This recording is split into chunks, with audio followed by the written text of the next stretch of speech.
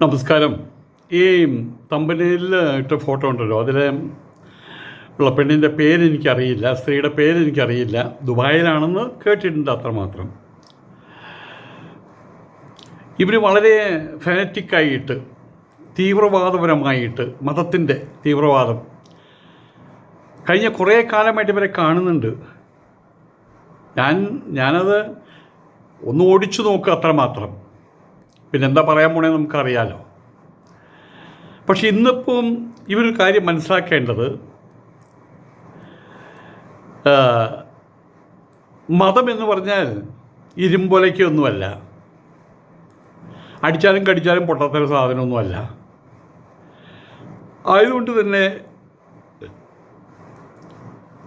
മുസ്ലിം പെൺകുട്ടികൾ വരെ, ആൺകുട്ടികൾ മാത്രമല്ല പെൺകുട്ടികൾ വരെ ഒരു രൂപത്തിൽ വിമർശനവുമായിട്ട് രംഗത്ത് വരും നമ്മൾ കാണുന്നുണ്ട്.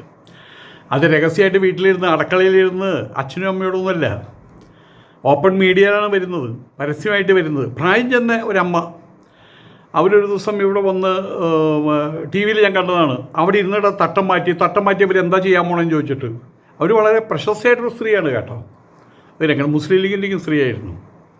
ഏതായാലും പുതിയ ജെൻസി എന്ന് പറയാം, പുതിയ പെൺകുട്ടികളൊക്കെ വളരെ ധൈര്യമായിട്ട് രംഗത്ത് വരുന്നു എന്നുള്ളത് സന്തോഷകരമായിട്ടുള്ള കാര്യമാണ്. ഞങ്ങളുടെ കാര്യം അന്വേഷിക്കാം, നിങ്ങളാരാ ഉസ്താദുമാരോടാ ചോദിക്കുന്നത് ഇപ്പോൾ. അതിന് കാരണം എന്താണെന്ന് വെച്ച് കഴിഞ്ഞാൽ, പലപ്പോഴും മതമാണെങ്കിലും മറ്റെന്ത് ഫിലോസഫി ആണെങ്കിൽ തന്നെയും കമ്മ്യൂണിസം ഉണ്ട്. ഒരു കാലഘട്ടത്തിൽ അവർ അമ്പലങ്ങൾക്ക് പള്ളികൾക്കൊക്കെ എതിരായിരുന്നു. ഇപ്പോൾ അവർ കുറേ മിതത്വം വന്നിട്ട് കാലത്തിനനുസരിച്ച് എല്ലാം ജനകീയ സംഘടനകളാണല്ലോ. പക്ഷെ എല്ലാവരും പറയും മതം ഉണ്ടാക്കിയത് ഈശ്വരനാണെന്ന്. അത് ഹിന്ദുക്കളും പറയും, ക്രിസ്ത്യാനികളും പറയും, മുസ്ലിങ്ങളൊക്കെയും പറയും അത് ഈശ്വരൻ അവർ മലയാളത്തിൽ എഴുതി കൊടുത്താണ്, അല്ലെങ്കിൽ അറബിയിൽ എഴുതി കൊടുത്താണെന്നൊക്കെയും പറയും. ജനങ്ങളുണ്ടാക്കുന്നതാണ്. ആയതുകൊണ്ട് തന്നെ അതെവിടെയും കുറ്റി ആയിട്ട് നട്ടുവെക്കരുത്, ഒരു സ്തംഭം പോലെ. അതിന് ഇളക്കം വേണം. കാലത്തിനനുസരിച്ചുള്ള, കാലധർമ്മപ്രകാരം അനുസരിച്ചുള്ള, ദേശധർമ്മപ്രകാരം അനുസരിച്ചുള്ള ചില മാറ്റങ്ങളൊക്കെ അത്യന്താപേക്ഷിതമാണ്. അത് ഉൾക്കൊള്ളാതെ വരുന്ന സമയത്താണ് പലപ്പോഴും പല ആൾക്കാരും വലിയ രൂപത്തിൽ പ്രതികരിക്കുന്നത്. അതുകൊണ്ട് തന്നെയാണ്. പക്ഷേ ഇപ്പോഴും ഒരു വീടിനകത്താണെങ്കിൽ അതിൽ പ്രായം ചെന്ന ആൾക്കാർ ഇപ്പോഴും അപ്പുറത്തെ ഭാഗത്താണ് നിൽക്കുന്നത്, പെൺകുട്ടികൾ ഇപ്പുറ ഭാഗത്താണ് നിൽക്കുന്നത്.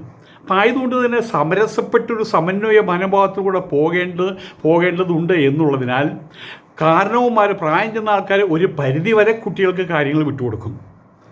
മോളെ നീ പാൻറ്റും ഷർട്ടും ബനിയനൊക്കെ ഇട്ടാലും ടീഷർട്ട് ഇട്ടാലും ഹിജാബ് അവോയ്ഡ് ചെയ്യരുത് കേട്ടോ എന്ന രീതിയിൽ അങ്ങോട്ടും ഇങ്ങോട്ടും ചെറിയൊരു അഡ്ജസ്റ്റ്മെൻറ്റ് കുട്ടികളും അതെ പ്രായം ചെന്ന ആൾക്കാരുടെ ഒരു പരിധി വരെ അവരും അംഗീകരിച്ചു കൊടുക്കും. അതും എത്ര കാലം ഉണ്ടാകും? ഈ മതത്തിൻ്റെ കെട്ടുപാടുകൾ എത്ര കാലം ഉണ്ടാകും?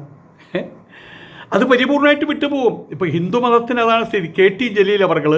പ്രൊഫസർ കെ ടി ജലീൽ അദ്ദേഹം പറഞ്ഞു, ഹിന്ദുക്കൾക്ക് അവർക്ക് പഠിപ്പോ മറ്റുള്ള കാര്യങ്ങളോ, പഠിപ്പ് മീൻസ് ഈ ആധ്യാത്മികമായിട്ടുള്ള പഠിപ്പുകളും മറ്റുള്ള കാര്യങ്ങളും ഇല്ലാതെ പറഞ്ഞു.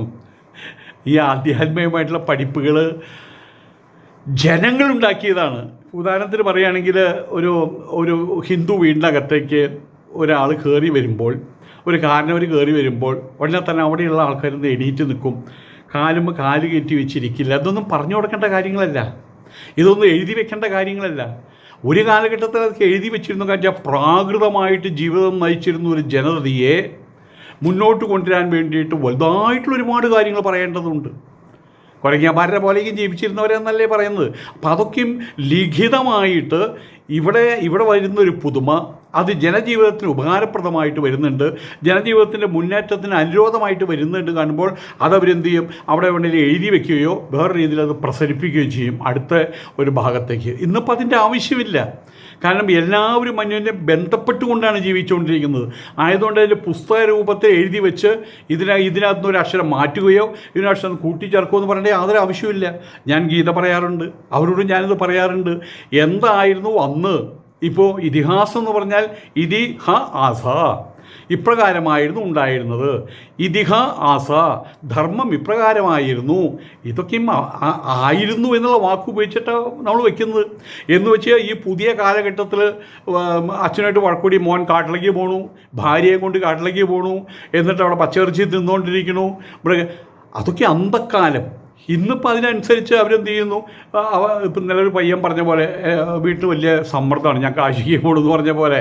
അപ്പോൾ എല്ലാത്തിനും ഒരു മാറ്റങ്ങൾ വേണം. ഒരു മതവും മുമ്പ് പറഞ്ഞ പോലെ കരിങ്കൽ തൂണ് പോലെ നാട്ടി വെക്കരുത്.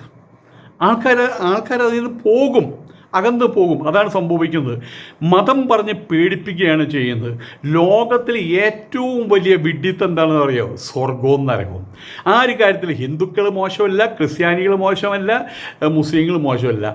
ജീവിക്കുന്ന കാലഘട്ടത്തിൽ ഇവിടെ സ്വർഗമായിട്ട് ജീവിക്കുക, ഇവിടെ നരകമാക്കി ജീവിക്കാതിരിക്കുക. അതിനു വേണ്ടിയിട്ട് ഇപ്പോൾ ഗീതയിൽ പറയേണ്ട അദ്വേഷ്ട സർവ്വഭൂതാനം മൈത്രക്കരുണയേവജ നിർമ്മമോ നിരഹങ്കാരക സമദുഃഖ സുഖക്ഷമി എന്ന് പറയുന്നുണ്ട്. അതിനെന്താണ് കാരണം? അതിൻ്റെ ആരാധന എന്താ പറയുന്നത്? എന്നെ പ്രാപിക്കാൻ ഇഷ്ടപ്പെടുന്ന ആൾ ദൈവമാണ്. ദൈവത്തിൻ്റെ പേരിലാണ് പറയുന്നത്. ദൈവം എന്നുള്ള ഒരു കോൺസെപ്റ്റ് അതിൻ്റെ പേരിലാണ് പറയുന്നത്. എന്നെ പ്രാപിക്കാൻ ഇഷ്ടമുള്ള ആളുകൾ ഞാനിരിക്കുന്ന സ്ഥലം ഒന്ന് അന്വേഷിച്ച് വരണം. അങ്ങനൊരു സ്ഥലവും ഇല്ല, അങ്ങനെ ഒരു സ്വർഗവും നരകവും ഇല്ല. അദ്വേഷ്ട സർവ്വഭൂതാനാം സർവഭൂതഹിതരീതി, എല്ലാ ഭൂതങ്ങളോടും അദ്വേഷ്ടത. പൂക്കളോട് പോലും വേണം കേട്ടോ, നദികളോട് പോലും വേണം കേട്ടോ.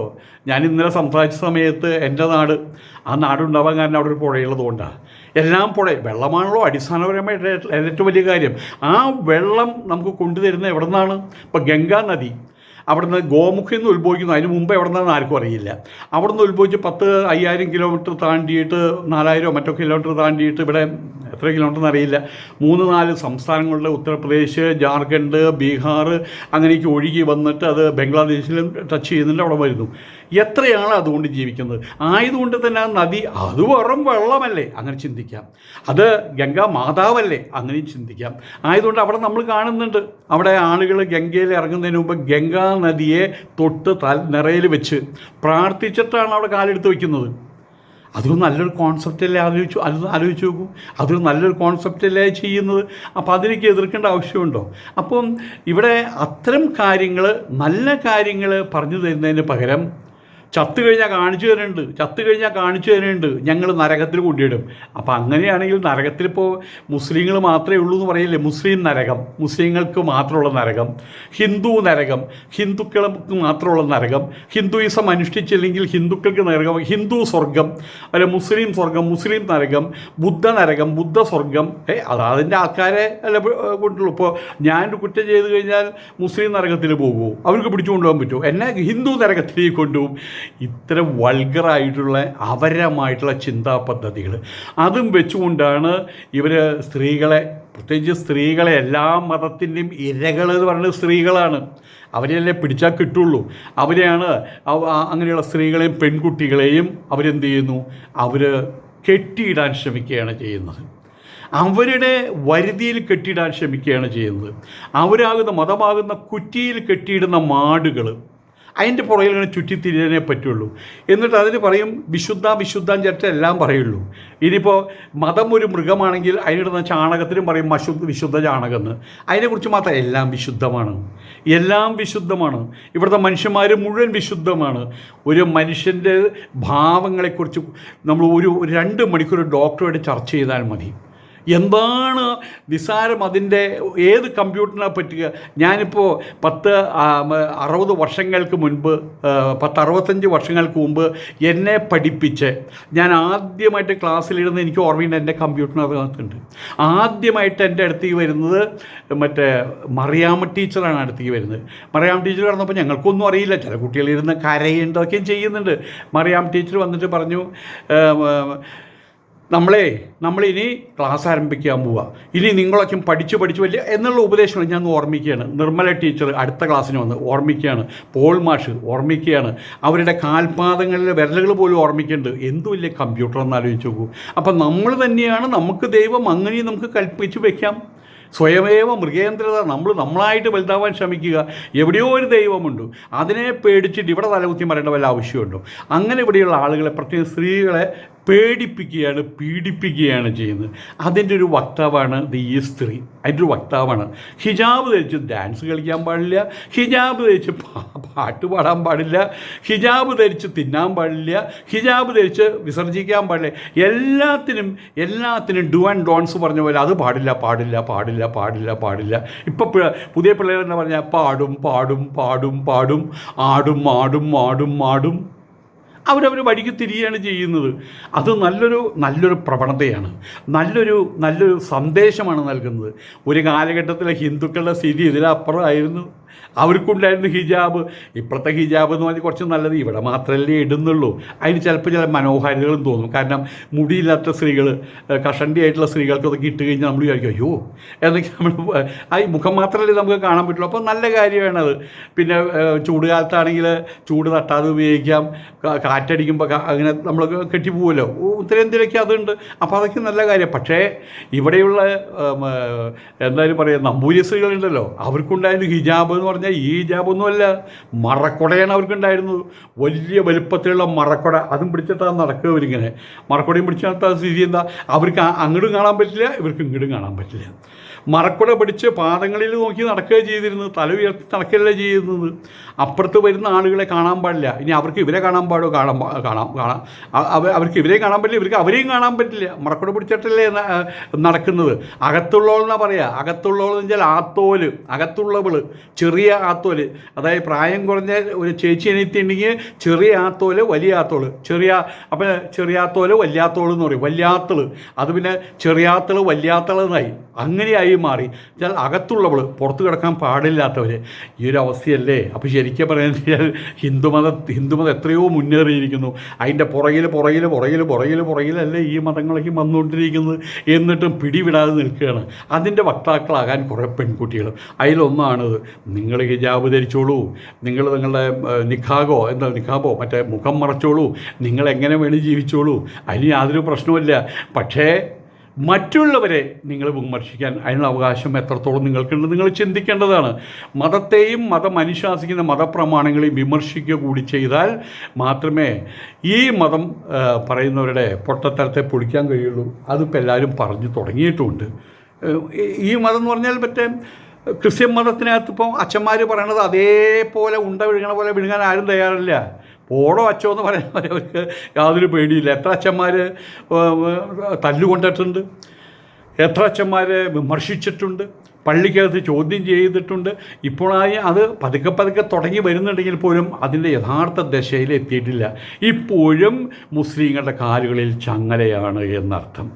ഏതായാലും ഇനി അങ്ങനെ പെരുമാറുന്നവരെ ഇപ്പോൾ കൊച്ചു പിള്ളേർ വല്ല ഉസ്താദുമാരെ ഇങ്ങനെ തുണി അലക്കിലിട്ട് അലക്കുന്നുണ്ടിട്ട് നല്ല പെൺകുട്ടികൾ അവർ തുണി അലക്കുന്ന പോലെ അലട്ടുണ്ട്. ഇപ്പോൾ ഇവർക്ക് എന്താ ചെയ്യാൻ പറ്റുമെന്നറിയാമോ? പള്ളിയിൽ നിന്നൊന്നും പുറത്താക്കാനൊന്നും പറ്റുമൊന്നുമില്ല. അവർക്ക് ഇപ്പോൾ പുതിയ പെൺകുട്ടികൾക്ക് നല്ല ജോലിയുള്ളവരാണ്. IAS IPS അക്കൗണ്ടൻറ്റുമാരുണ്ട്, ഡോക്ടർമാരുണ്ട്, വലിയ ജോലിക്കാരുണ്ട്. നിങ്ങളെ പുറത്താക്കി എന്ന് പറഞ്ഞാൽ അവർ ചിരിക്കും. ചിലപ്പം അവർ അങ്ങനെ എന്ന് പറയും, കാർക്കിച്ച് തുപ്പും മുഖത്ത് നോക്കിയിട്ട്. അപ്പോൾ കൊച്ചു പിള്ളേർ തന്നെ വാരി അലക്കുന്നുണ്ട്. അവരെയൊക്കെ ഇപ്പോൾ എന്താണ് കാഫറുകളാ അല്ലെങ്കിൽ കാഫറുകളാ എന്ന് പറയാനല്ലേ പറ്റുന്നുള്ളൂ. ഇപ്പോൾ പുതിയൊരു പരിപാടിയാണ്. അവരെ സംഘികളാ അങ്ങനെ പറഞ്ഞാൽ അങ്ങനെ മുദ്ര കുത്തി സ്വയം സമാധാനിക്കുകയാണ്. മനസ്സിലാക്കണം, കാലം മാറി. നിയമപരമായിട്ട് മുന്നേറാൻ വേണ്ടി പാസ്പോർട്ട് എടുക്കണം, ഐഡൻറ്റിറ്റി കാർഡ് എടുക്കണം, തെരഞ്ഞെടുപ്പിൽ മത്സരിക്കണം എന്നിത്യാദി കാര്യങ്ങൾ വേണം. അപ്പോൾ ഫോട്ടോ എടുക്കണം. ഫോട്ടോ എടുക്കുന്ന പോലും ഒരു കാലഘട്ടത്തിൽ ഫോട്ടോ എടുത്താൽ ഇവർ പറഞ്ഞു പറ്റിയത് എനിക്കറിയാം. ഫോട്ടോ എടുത്തു കഴിഞ്ഞാൽ ദേഹത്തിൽ ചോര വാർന്ന് പൂത്രേ. മാത്രമല്ല TV വന്ന സമയത്ത് TV മുസ്ലിം വീടുകളിൽ വാങ്ങിച്ചില്ല. ഞങ്ങളുടെ നാട്ടിൽ വാങ്ങിച്ച പ്രശ്നം എന്താണെന്ന് വെച്ചാൽ വാങ്ങിച്ചോണ്ടൊന്നും കുഴപ്പമില്ല. പക്ഷേ നിങ്ങളതിൻ്റെ മുമ്പിലിരുന്ന് TV-യിൽ നിന്ന് കാണുമ്പോൾ TV-ക്കാർ മുഴുവൻ നിങ്ങളെയും കാണുന്നുണ്ട്. ആ TV നമ്മളെ കാണുന്നുണ്ട് എന്ന് പറയുന്ന ആൾക്കാരൊക്കെ ഉണ്ടായിരുന്നു എന്നർത്ഥം. അപ്പോൾ ആയതുകൊണ്ട് തന്നെ കാലം മാറി.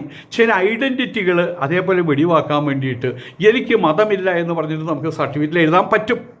പക്ഷെ അത് പറയുമ്പോൾ ആൾക്കാർ നോട്ടം വയ്ക്കും, ഇവളെന്തോ കുഴപ്പക്കാരിയാണെങ്കിൽ കുഴപ്പക്കാരി, അതുകൊണ്ട് അതിൻ്റെ പേര് MUSLIMHANDU എന്നൊക്കെ എഴുതി വയ്ക്കുമെന്നല്ലാതെ അത് നിയമപരമായിട്ടുള്ള കാര്യങ്ങൾ പാസ്പോർട്ട് എടുക്കാനും മറ്റുള്ള കാര്യങ്ങൾക്കായിട്ട് റേഷൻ കാർഡ് എടുക്കാനൊക്കെ ആയിട്ടത് ഉപയോഗിക്കുന്നത് മാത്രമേ ഉള്ളൂ.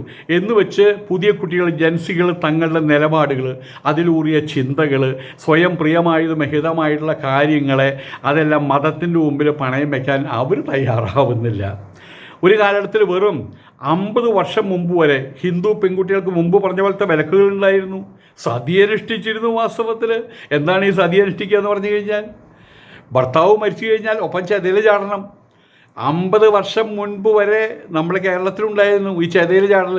പക്ഷെ അത് ഒരു ജനായത്ത് ഭരണമൊക്കെ വന്നാലുണ്ട്, തീ കൂട്ടിയിട്ടുള്ള ചെതയിൽ ചാടലല്ല, അവരെ ജീവനോടുകൂടി ദഹിപ്പിക്കലാണ്, മരണം വരെ ദഹിപ്പിക്കലാണ് ചെയ്തിരുന്നത്.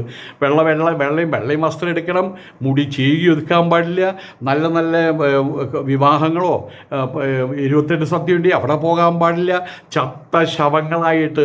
അതിലേക്ക് എത്രയോ ഭേദമായിരുന്നു മറ്റേ വടക്കേന്ത്യയിൽ നടന്ന സതി, രാജസ്ഥാനിൽ നടന്ന സതിയൊക്കെ രൂപ ഖാൻവറൊക്കെ 1978 സദ്യ അനുഷ്ഠിച്ചത്. അതൊക്കെ എത്ര മനോഹരമാണ്. അങ്ങോട്ട് എടുത്ത് ചാടുന്ന സമയത്ത് തീയിലാണ് എടുത്ത് ചാടുന്നത്. തീയിലെടുത്ത് വരുമ്പോൾ ഒരു അയ്യോ എന്ന് പറഞ്ഞ് നിലവിളിയുണ്ട്. അയ്യോ എന്ന് പറയുമ്പോൾ അയ്യോ എന്ന് പറഞ്ഞിട്ട് ഉള്ളിലേക്ക് എടുക്കുമ്പോൾ തീ ഉള്ളിലേക്ക് പോകും, അവിടെ കഴിഞ്ഞു. ഒരു 60 സെക്കൻഡ് നേരത്തെ വേദന. പക്ഷേ ഇവിടെ എന്താ ചെയ്തിരുന്നത്, ഭർത്താവ് മരിക്കുന്നത് 18 വയസ്സാഞ്ചപ്പോൾ ആ സ്ത്രീ 80 വയസ്സ് വരെ 90 വയസ്സ് വരെ ജീവിച്ചിട്ടുണ്ടെങ്കിൽ അത്രയും കാലഘട്ടത്തോളം അവർ തീ തിന്നിട്ട് വേണം ജീവിക്കാൻ. അത്രയും കാലം അവരെ ദിവസവും സതി ആക്കിക്കൊണ്ടിരിക്കുകയാണ്. പുറയിലൊരാൾ വന്നു കഴിഞ്ഞാൽ, എന്തിനേറെ ശങ്കരാചാര്യന്മാർ അവരുടെ ശിഷ്യന്മാർ വന്നു കഴിഞ്ഞാൽ അവർ വരുന്ന കണ്ടു കഴിഞ്ഞാൽ ഉടനെ തന്നെ സ്ത്രീകൾ പറയും അകത്തേക്ക് പോ. ശവമായിട്ടാണ് കണ്ടിരുന്നത് അർത്ഥം, ശവമായിട്ടാണ് കണ്ടിരുന്നത്. ഇപ്പോഴത്തെ സ്ഥിതി എന്താണ്? ആലോചിച്ച് നോക്കിയാൽ മതി. ഏതായാലും ഈ 6 മക്കളുള്ള, എനിക്കറിയാം ഒരു മനയിൽ 6 മക്കളുള്ള വലിയൊരു മന.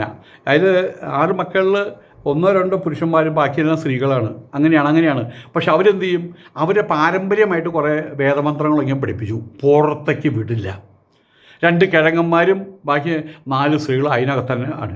ഇവരുടെ വീടിൻ്റെ പുറകിൽ ആ മനയിൽ ആനയ്ക്ക് ഉണ്ടായിരുന്ന വീടാണ് കേട്ടോ.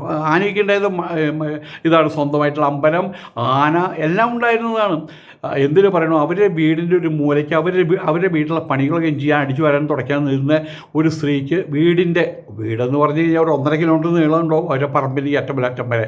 അതിൻ്റെ മൂലയ്ക്ക് അവിടെ കിടന്നോ, അവരോട് ചറ്റയും വെച്ച് അവിടെ ജീവിക്കാൻ തുടങ്ങി. അവരുടെ മക്കളൊക്കെ ഡോക്ടറും എൻജിനീയറും ആ രീതിയിൽ അവർ ജീവിതത്തിൽ വലിയൊരു നിലപാട് അവരുണ്ടാക്കി. കാരണം എന്താ, അവരൊക്കെ പോയിട്ടും പഠിച്ചു.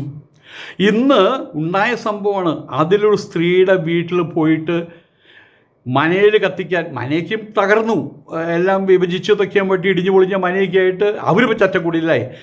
ഈ വീട്ടിൽ പോയിട്ട്, ഈ പുലേസയുടെ വീട്ടിൽ പോയിട്ട് അവരുടെ മകളോട് ഉണ്ടായ സംഭവമാണ്. ഒരു തുടം വെളിച്ചെണ്ണ ചോദിച്ച സമയത്ത് ആ സ്ത്രീ പറഞ്ഞതാണ്, സങ്കടമുണ്ട് കേട്ടോ, ഇങ്ങനെ ചോദിച്ചു വരണ കാണുമ്പോൾ സങ്കടമുണ്ട് കേട്ടോ, ഞങ്ങൾ തരുന്നത് നിങ്ങളോട് ചെയ്യുന്ന പാതകമായിരിക്കും. അതുകൊണ്ട് ആ കുട്ടിയുടെ പേര് ദേവി എന്നാണ്. ഇതൊക്കെ സത്യമായിട്ട് പറയുന്ന കാര്യമാണ്. അപ്പോൾ അത് ദേവിക്ക് 10-60 വയസ്സായി ഉണ്ടാവും കേട്ടോ. ആ സുഖം പറഞ്ഞിട്ട് എവിടെയെങ്കിലും അടിച്ചു തുടച്ചു വരാൻ പോക്കൂടെ, നിങ്ങൾക്ക് ഇങ്ങനെ പിച്ച തണ്ടണോ? ഞാനൊരു തുടം നിങ്ങൾക്ക് തരാം, 2 തുടം ഞങ്ങൾക്ക് തരാൻ ഉള്ളവിടെ ഉണ്ട്. പക്ഷേ നിങ്ങളിങ്ങനെ ഞങ്ങളുടെ വീട്ടിൽ വന്ന് തെണ്ടാനും വരുന്നത് കാണുമ്പോൾ സങ്കടം ഉണ്ടെന്നാണ് പറഞ്ഞത്. അപ്പോൾ ആ ഒരു കാലഘട്ടത്തിൽ സ്വയം തകർന്നു പോയൊരു ഗ്രൂപ്പായി മാറിയിരുന്നു ഇവിടെയുള്ള ഈ എന്തായാലും പറയാം വല്യത്വം കാത്തു സൂക്ഷിച്ചിരുന്ന ആളുകൾ. അന്ന് അങ്ങനെ പറഞ്ഞു, ഇന്നിങ്ങനെ പറഞ്ഞു. ബ്രാഹ്മണങ്ങളെ ഇവിടെ നിങ്ങളൊരു കാര്യം മനസ്സിലാക്കുക, ബ്രാഹ്മണങ്ങളിലാണ് നിയമങ്ങൾ പറയുന്നത്. എവിടെ ബ്രാഹ്മണങ്ങൾ? സംഹിതകൾ എവിടെ? ബ്രാഹ്മണങ്ങൾ എവിടെ? ആരണ്യകങ്ങൾ എവിടെ? ഉപനിഷത്ത് എവിടെ? എന്നിട്ട് ഹിന്ദു ഇവിടെ ജീവിക്കുന്നില്ലേ? ജീവിക്കുന്നുണ്ട്. അതൊരു ചരിത്രമായിട്ട് പഠിക്കുന്നു, അത്ര മാത്രമേ ഉള്ളൂ. എന്നുവെച്ചാൽ അത് വിഴുങ്ങിയിട്ടല്ല ജീവിക്കുന്നതെന്നർത്ഥം. മനുഷ്യനാകാണ് വേണ്ടത്. പക്ഷേ മനുഷ്യന്മാർ തമ്മിൽ കടിച്ചു കയറുന്നൊരവസ്ഥ. ഇന്ന് ഇസ്ലാം എന്ന് കേൾക്കുമ്പോൾ, മുസ്ലിം എന്ന് കേൾക്കുമ്പം മനുഷ്യ മനസ്സിൽ എന്താ ഉണ്ടാവുന്നത്? നിങ്ങളൊരു കണക്കെടുപ്പ് നടത്തി 100 ആളെ വിളിച്ച് എല്ലാവരും പിഴയായിട്ടാണ് പറയുന്നത്. കാരണം എന്താണ്? ഇന്നിപ്പോൾ കേരളത്തിൽ കണ്ടില്ലേ, ചെറുതായിട്ടൊരു പിടിപാട് വന്നപ്പോഴേക്കും അവർക്ക് സന്യാസിമാരെ ജയിലിലാക്കണം, ഹിന്ദുക്കളെ അവഹേളിക്കണം, ശങ്കരാചാര്യരെ അവഹേളിക്കണം.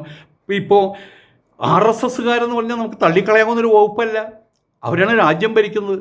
അവരുടെ പരമദൈവതമായിട്ടുള്ള വി ഡി സവർക്കർ ഇവർ എത്ര ഈ തെണ്ടിപ്പിള്ളേർ വന്ന് ഈ മുസ്ലിം തെണ്ടിപ്പിള്ളേർ വന്ന് അലവലാദികൾ വന്ന് ചെരുപ്പ് നക്കി ആരാണ്ടോ ചെരുപ്പ് നക്കിയത്? 1600 വർഷങ്ങൾക്ക് മുമ്പ് ഇന്ത്യയിലേക്ക് ഇറങ്ങി വന്ന സമയത്ത് ഇവിടെ വന്ന് ചെരുപ്പ് നക്കിയിട്ടല്ല അല്ലേടാ നീയൊക്കെ ഇവിടെ ലാൻഡ് വാങ്ങിച്ചത്? ലാൻഡ് അവിടുന്ന് പൈസ കൊണ്ടുവന്നിട്ടാണോ വാങ്ങിച്ചത്? ഇവിടെ വിവാഹം കഴിക്കാൻ അനുമതി നൽകിയത് ഇവിടുത്തെ ഹിന്ദു രാജാക്കന്മാരല്ലേ? അവർക്ക് ജീവിതം കൊടുത്ത ഹിന്ദു രാജാക്കന്മാരല്ലേ? ഇത് കഴിഞ്ഞ് അടിയും തല്ലും വക്കും നടത്തി 1946-47 കാലഘട്ടത്തിൽ ഉള്ളതെല്ലാം കെട്ടിപ്പൊഞ്ഞ് പേറി ഇവിടുന്ന് പോയവരല്ലേ നിങ്ങൾ? ബാക്കിയുള്ള അവശിഷ്ടങ്ങൾ വീണ്ടും ചെരുപ്പ് നക്കാൻ തുടങ്ങി. ഇവിടെ നക്കി ഇപ്പോൾ ഒരു ഘട്ടത്തിലെത്തിയപ്പോൾ വീണ്ടും നിങ്ങളുടെ വിഷം പുറത്ത് ചാടിക്കാൻ തുടങ്ങി. ആരാണ്ട് അവിടെ ചെരുപ്പ് നക്കിയത്? നിങ്ങൾക്ക് ജീവിതം തന്ന ഹിന്ദുക്കളോട് നിങ്ങൾ എപ്പോഴെങ്കിലും നന്ദി കാണിച്ചിട്ടുണ്ടോടാ? എപ്പോഴെങ്കിലും നന്ദി കാണിച്ചിട്ടുണ്ടോ? ഒരു സമൂഹത്തിന് മുഴുവൻ ജീവിതം തന്നതല്ലേ? ക്രിസ്ത്യാനിയെ കണ്ടുപഠിക്കുക. അവരോട് ആരും നിങ്ങൾക്ക് നന്ദിയുണ്ടോ എന്ന് ചോദിക്കുന്നില്ല. കാരണം അവരോട് നന്ദികേടും കാണിക്കുന്നില്ല. അവരും ഇതുപോലെ തന്നെ ഇവിടെ കയറി വന്നിട്ട് ഇവിടെ പല അപകടങ്ങൾ ഉണ്ടാക്കിയിട്ടുണ്ട്. എന്നാലും അവർ കാര്യങ്ങൾ മനസ്സിലാക്കുന്നു.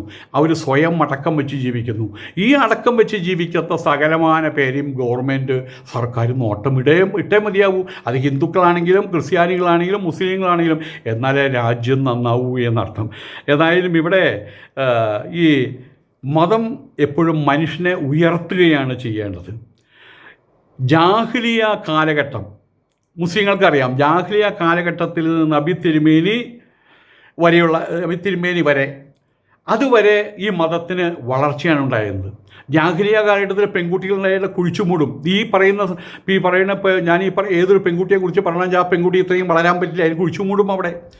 അതിന് ശേഷം അവിടെ നിന്ന് നബി തിരുമേനിയാണ് അതിനൊരു പുരോഗമനം ഉണ്ടാക്കി കൊണ്ടുവന്ന് അതിനൊരു മതത്തിൻ്റെ രൂപം, അതിനകത്തൊരു ഭരണഘടനാ രൂപം, ഒരു രാജ്യത്തിൻ്റെ രൂപം, രാജ്യവിസ്തൃതിയുടെ രൂപം ഉണ്ടാക്കി കഴിഞ്ഞു. അവിടെ ഉറച്ചു പോയി എന്നുള്ളതാണ്. അവിടുന്ന് പിന്നെ കയറ്റമില്ല എന്നുള്ളതാണ്. കാലങ്ങൾ പുരോഗമിച്ച് ചൊവ്വയിലേക്ക് പോകാൻ തയ്യാറെടുത്തിരിക്കുകയാണ്. മുസ്ലിം സ്ത്രീകളടക്കം. മഞ്ചേരിയിൽ നിന്നൊരു മുസ്ലിം സ്ത്രീ എവറസ്റ്റ് കൊടുമുടിയുടെ മേലെ കയറി. ഞങ്ങളൊക്കെ ഇവിടുന്ന് പറ്റാവുന്നിടത്തോളം അപ്രീസിയേറ്റ് ചെയ്തു, കൈയടിച്ചു. ചൊവ്വയിലേക്ക് ശൂന്യാകാശത്തിൽ പോയിട്ടൊരു പെൺകുട്ടി ഇതേപോലെ UAE-യിലുണ്ട്. മുസ്ലിം പെൺകുട്ടിയാണ്, രാജകുടുംബാംഗമാണ്. ആ സമയത്താണ് ഇങ്ങനെ തള്ളമാർ വന്നിട്ട് ഇങ്ങനെയുള്ള സാധനങ്ങൾ വന്ന് പിടിച്ച് പുറകോട്ട് വലിക്കുന്നത് എന്ന് സാരം. മനുഷ്യനെ ഉയർത്തുകയാണ് വേണ്ടത്. ജാഹിലിയ കാലഘട്ടത്തിൽ നിന്ന് എത്രമാത്രം ഉയർന്നു. പക്ഷെ അത് കഴിഞ്ഞ് നബി തിരുമേനിയുടെ കാലഘട്ടം കഴിഞ്ഞപ്പോൾ അവിടെ അങ്ങോട്ട് ഉറച്ചു പോവുകയുണ്ടായത്. എവിടെയോ സ്റ്റിക്കായി പോവുകയാണ് ഉണ്ടായത്. പിന്നെ പുരോഗമനമില്ല, മതചിന്തകൾക്ക് പുരോഗമനം ഇല്ലാതായി മാറി. അതിൻ്റെ ഒപ്പം നിന്ന് പൂതലിച്ച് പോകാൻ പുതിയ തലമുറകൾ തയ്യാറാവുന്നില്ല. ആ തലമുറയെ മനസ്സിലാക്കാൻ ശ്രമിക്കുക. ഈ പെണ്ണിനോട് മാത്രമല്ല പറയണത്, എല്ലാവരോടായിട്ട് പറയുന്നതാണ്. നമസ്കാരം.